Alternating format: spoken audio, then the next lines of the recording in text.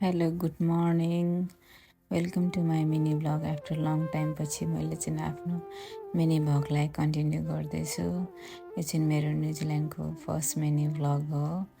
Early morning brush गर्दैछु। हामीले रातभरि के खाएको हुन्छ आफ्नो फ्रेसनेसको लागि एकदम निडेड भनेको यो ब्रस हो। ब्रसलाई मैले त्यसपछि प्याक गरेर राखेँ। अब मामा अर्को फेस वासले मैले फेस वास गर्दैछु होइन।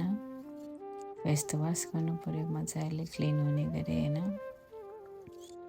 अब एउटा आफ्नो मनमा लागेको कुरा कि सबै कुरा नेपालमा चटक्क छोडेर आउँदाखेरि कस्तो नरमाइलो लागिरहेको थियो कि आफ्नो बिजनेस व्यवसाय सबै कुरामा परिपक्व भइसकेको मान्छे एकैचोटि मुभ अन भएर अर्को देशमा आउनु भनेको एउटा जेरो लेभलबाट बिगिनर जस्तै हो कि जेरो लेभलबाट स्टार्ट गर्नु हो।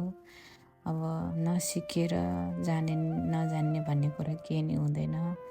सिकेर जानेर बुझेर गऱ्यो भने सबै कुरा इजी हुन्छ। जन्मजातै हामीले सबै कुराहरू सिकेर आएको हुँदैन। सिक्यो या कसैलेलाई सोधेर सिकाइदियो भने त्यही नै ठुलो कुरा हो।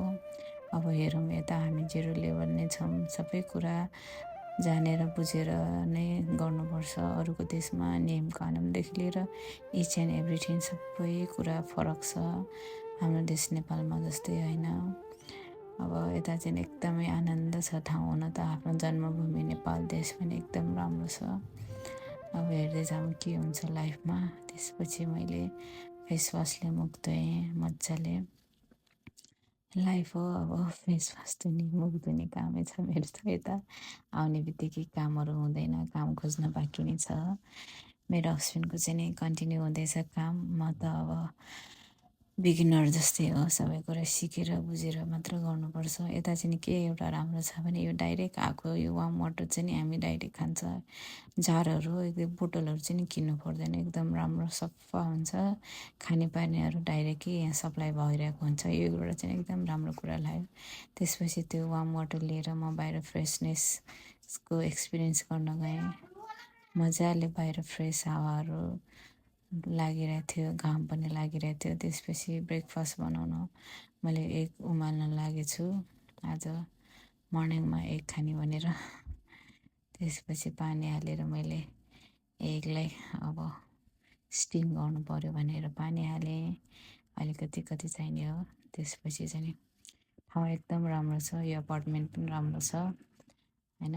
यो यता चाहिँ सबै कुरा सेयरिङ हुन्छ।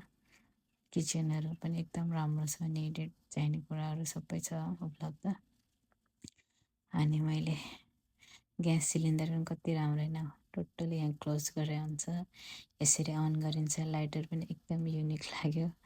हेर्नु साथीहरू नेपालमा र यता धेरै कुराहरू फरक छ। त्यसपछि एप्पल काटेँ मैले। अर्ली मर्निङ यहाँ ब्रेकफास्ट खानुपर्छ। नेपालमा पनि खाइन्छ, नखाएको होइन नेपालमा पनि। तर यहाँ चाहिँ नि लन्च चाहिँ नि अलि ढिलै खान्छ। बिहान चाहिँ नि ब्रेकफास्ट खाएर काममा जानुहुन्छ सबैजना। मेरो हस्बेन्ड पनि लन्च खाएर ब्रेकफास्ट खाएर जानुहुन्छ, लन्च चाहिँ लिएर जानुहुन्छ। त्यता ओभनहरू हुन्छ अनि फेरि स्टिम गरेर तताएर खानुहुन्छ। सबै कुराहरू एक्सपिरियन्स गर्दैछु। हुन त नेपालमा पनि स्ट्रगल गरेको जेरो लेभलदेखि नै यतिको ठाउँमा आउनुलाई होइन। नगरेको केही पनि होइन। यता पनि अब त्यही कुरा कन्टिन्यू गर्नुपर्छ लाइफमा। यदि के गर्नु छ अगाडि बढ्नु छ भने चाहिँ नि सबै कुरा सिकेर जानेर बुझिन्छ। यो चाहिँ रेडी भयो ब्रेकफास्ट।